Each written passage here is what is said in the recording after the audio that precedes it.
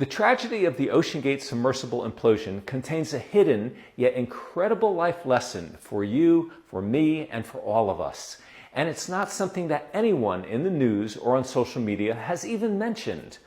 It has to do with whether or not you're choosing to live in truth in your own life. And this has to do with David Lockridge, the whistleblower engineer and submarine pilot who was hired by Oceangate in 2015 to ensure safety during submersible and surface operations. Lockridge voiced concerns about quality control and potential flaws in the experimental submersible, and he was promptly fired by Oceangate. According to one report, he was given only 10 minutes to pack up his belongings and leave. Even more astonishingly, Oceangate sued Lockridge, alleging breach of contract, fraud, and misappropriation of trade secrets.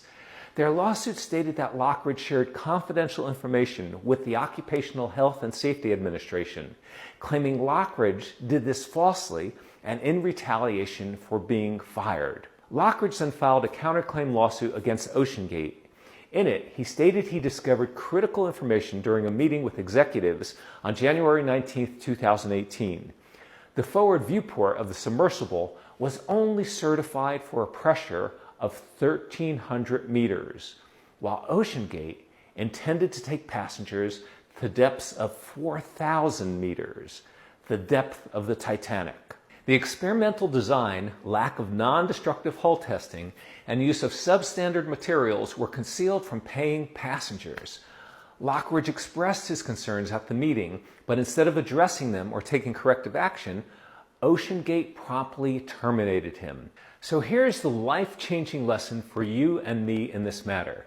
With probably dozens of people, including both employees at Oceangate and incredibly the officials at the Occupational Health and Safety Administration who knew the danger the submarine posed, all of whom for one reason or another chose to stay silent, stay in denial about the life-threatening safety issues, Lockridge is the only one who spoke up, spoke his truth, spoke truth to power. He was willing to risk bucking the system and losing his job. And losing his job he indeed did. But here's the entire point.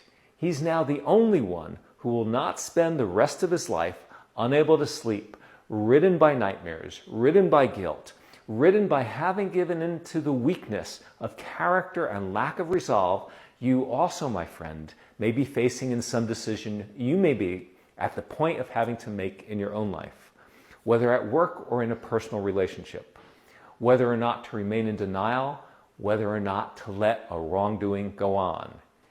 It could even be something as simple as letting something that's bothering you go unspoken. Living in truth, speaking your truth, gracefully yet with sovereignty of character versus living in denial is a decision you make every day, in the smallest of ways, in just about every one of your communications and relationships. And it's an action you either take or fail to take. Transcending the Oceangate submersible tragedy, here's the question. From this day forward, what choices are you going to make? Are you going to live in denial?